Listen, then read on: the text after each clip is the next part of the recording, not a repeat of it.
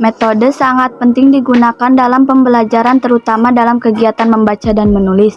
Menurut Tarigan 1983 ayat 2 berpendapat membaca adalah suatu proses pemerolehan pesan yang disampaikan oleh seseorang penulis melalui tulisan.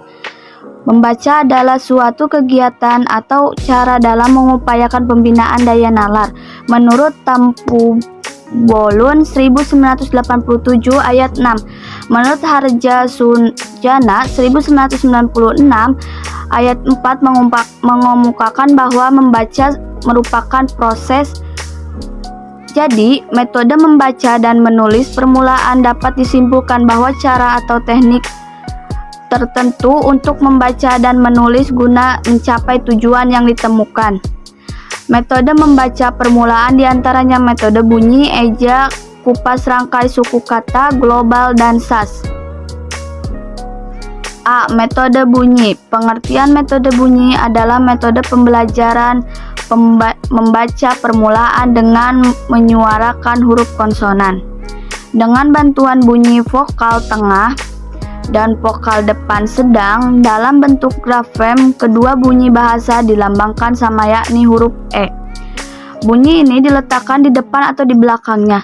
Dalam tata bahasa tradisional, huruf konsonan disebut huruf mati. Misalnya huruf konsonan B diucapkan eb atau B, ed atau D, S, ek, dan lain-lain.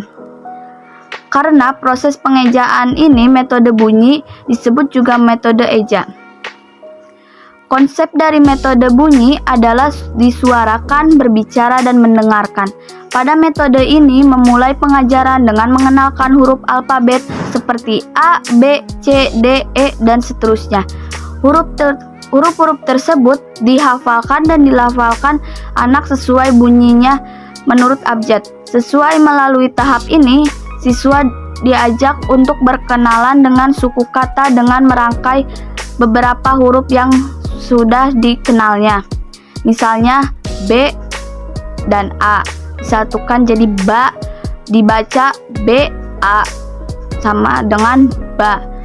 D dan U disatukan jadi du, dibaca D U sama dengan du. Ba du dilafalkan jadi badu. Kebaikan metode ini adalah siswa mengenal tingkatan bentuk bahasa yang paling sederhana. Siswa dapat menghafal bunyi huruf yang ada dalam abjad bahasa yang dipelajarinya. B. Metode eja. Metode eja merupakan suatu metode pengajaran yang menekankan pada pengenalan kata melalui proses mendengarkan bunyi huruf. Pendekatan yang dipakai dalam metode eja adalah pendekatan harfiah. Peserta didik mulai diperkenalkan dengan lambang-lambang huruf. Pembelajaran metode eja terdiri dari pengenalan huruf atau abjad A sampai dengan Z dan pengenalan bunyi huruf atau fonem. Dapat disimpulkan bahwa metode eja adalah metode belajar membaca yang dimulai dengan melafalkan huruf-huruf konsonan menurut bunyi konsonan itu. Langkah-langkah pembelajaran metode eja sebelum memasuki jenjang SD atau MI, beberapa peserta didik sudah mengenal dan hafal abjad, namun belum bisa merangkai abjad tersebut menjadi ujaran bermakna. Sebagai contoh, ada anak yang sudah mengenal lambang sebagai berikut: A, B, C, D, E, F, dan seterusnya sebagai A, B, C, D, E, F, dan seterusnya. Pembelajaran membaca dan menulis metode permulaan dengan metode ini memulai pengajarannya dengan memperkenalkan huruf-huruf secara alfabetis. Huruf-huruf tersebut dilafalkan dan dihafalkan anak sesuai dengan bunyinya dan menurut abjad. Sebagai contoh, A atau A, B atau B, C atau C, D atau D, E atau E, F atau F, dan seterusnya, atau dilafalkan sebagai A, B, C, D, F, dan seterusnya. Misalnya B, A, D, U menjadi ba, A, ba. Dibaca atau dieja B, E, A, ba. D, U dibaca atau dieja D, U, du. Proses ini sama dengan pola proses menulis permulaan. Setelah anak-anak bisa menuliskan huruf-huruf lepas, kemudian dilanjutkan dengan belajar menulis rangkaian huruf yang berupa suku kata. Adapun kelebihan metode eja yaitu: 1. Peserta didik diharuskan untuk mengetahui setiap lambang huruf, jadi peserta didik lebih cepat dan hafal fonem. 2. Peserta didik langsung mengetahui bunyi dari setiap bentuk huruf. Adapun kekurangan metode eja adalah sebagai berikut. Yang pertama, peserta didik diharuskan untuk mengetahui lambang huruf kemudian menyusunnya menjadi kata. Maka membutuhkan waktu yang lama. Kedua, apabila tidak diulang terus-menerus, kebanyakan peserta didik akan mudah lupa antara bentuk dan bunyi tersebut. Saya, Sinta Sintia Kurniasari, akan melanjutkan materi yang selanjutnya, yaitu metode kupas rangkai suku kata atau KRSK. Metode suku kata ini menurut Depdikbud adalah suatu metode yang mulai pengajaran membaca permulaan dengan menyajikan kata-kata yang sudah dirangkai menjadi suku kata, kemudian suku-suku kata itu dirangkai menjadi kata yang terakhir merangkai kata menjadi kalimat. Sedangkan pendapat Muhammad Amin, metode suku kata adalah suatu metode yang dimulai dengan mengeja suku-suku kata, kemudian suku kata digabungkan menjadi kata dan diuraikan menjadi huruf. Jadi, metode suku kata ada dua macam.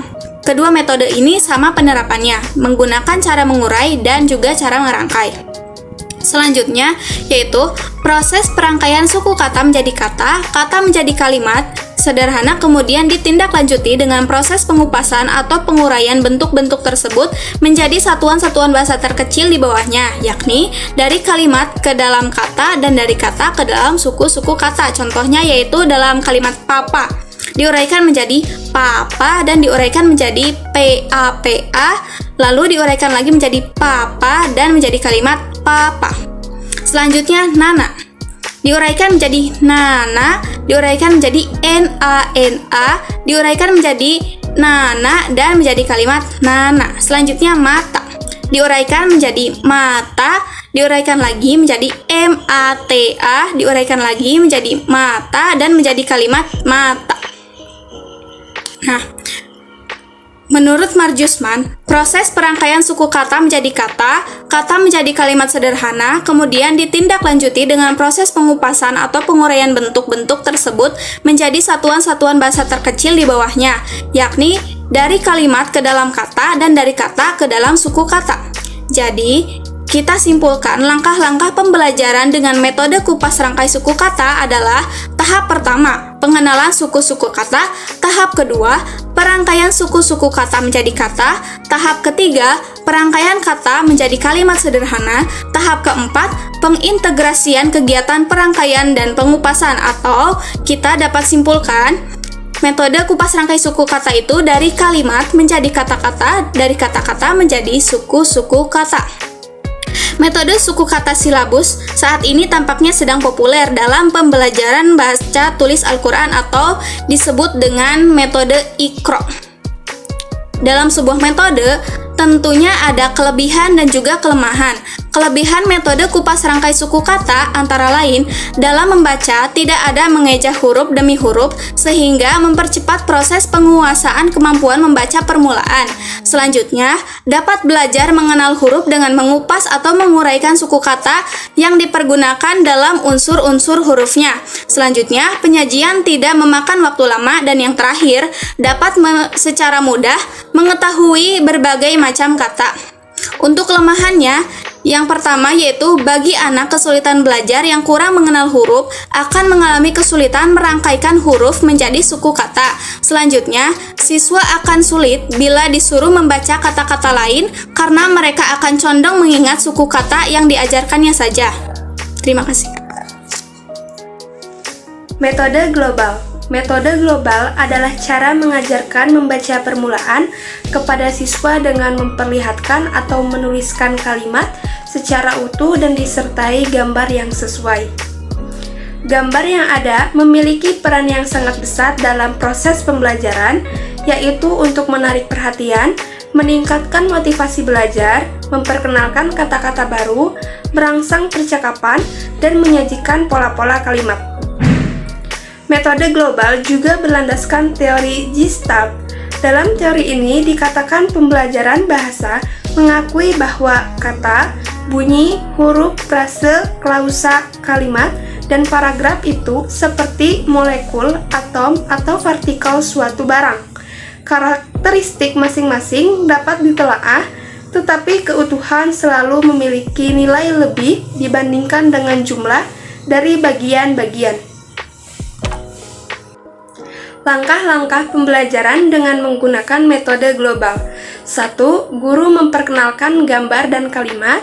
2. Menguraikan salah satu kalimat menjadi kata. Contoh, ini duku jadi ini duku.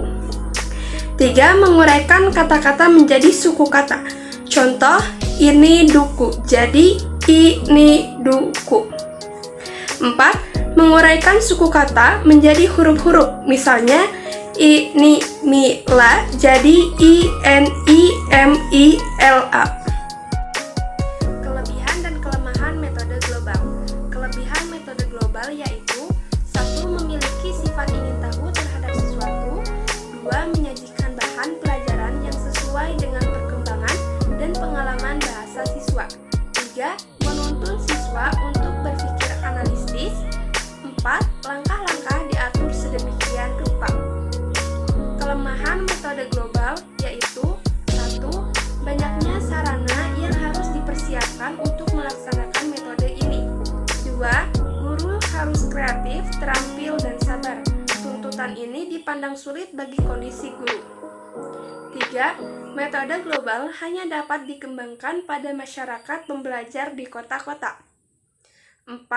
Sungkar menganjurkan kepada para guru untuk menerapkan metode ini karena perlu waktu banyak dan kreativitas. Hubungan penerapan metode global dengan keterampilan membaca permulaan. Hubungan antara keterampilan membaca permulaan dengan metode global, yaitu metode ini berlandaskan psikologi Gestalt yang menganggap pembelajaran bukanlah dari fakta-fakta, akan tetapi dari suatu masalah. Dalam teori ini dikatakan bahwa penganggapan manusia terhadap sesuatu yang berada di luar dirinya mula-mula secara global, kemudian mengenali bagian-bagiannya. Semakin sering seseorang mengamati suatu bentuk, semakin tampak jelas pula bagian-bagiannya. Metode struktur analisis dan sintesis atau yang disingkat dengan SAS.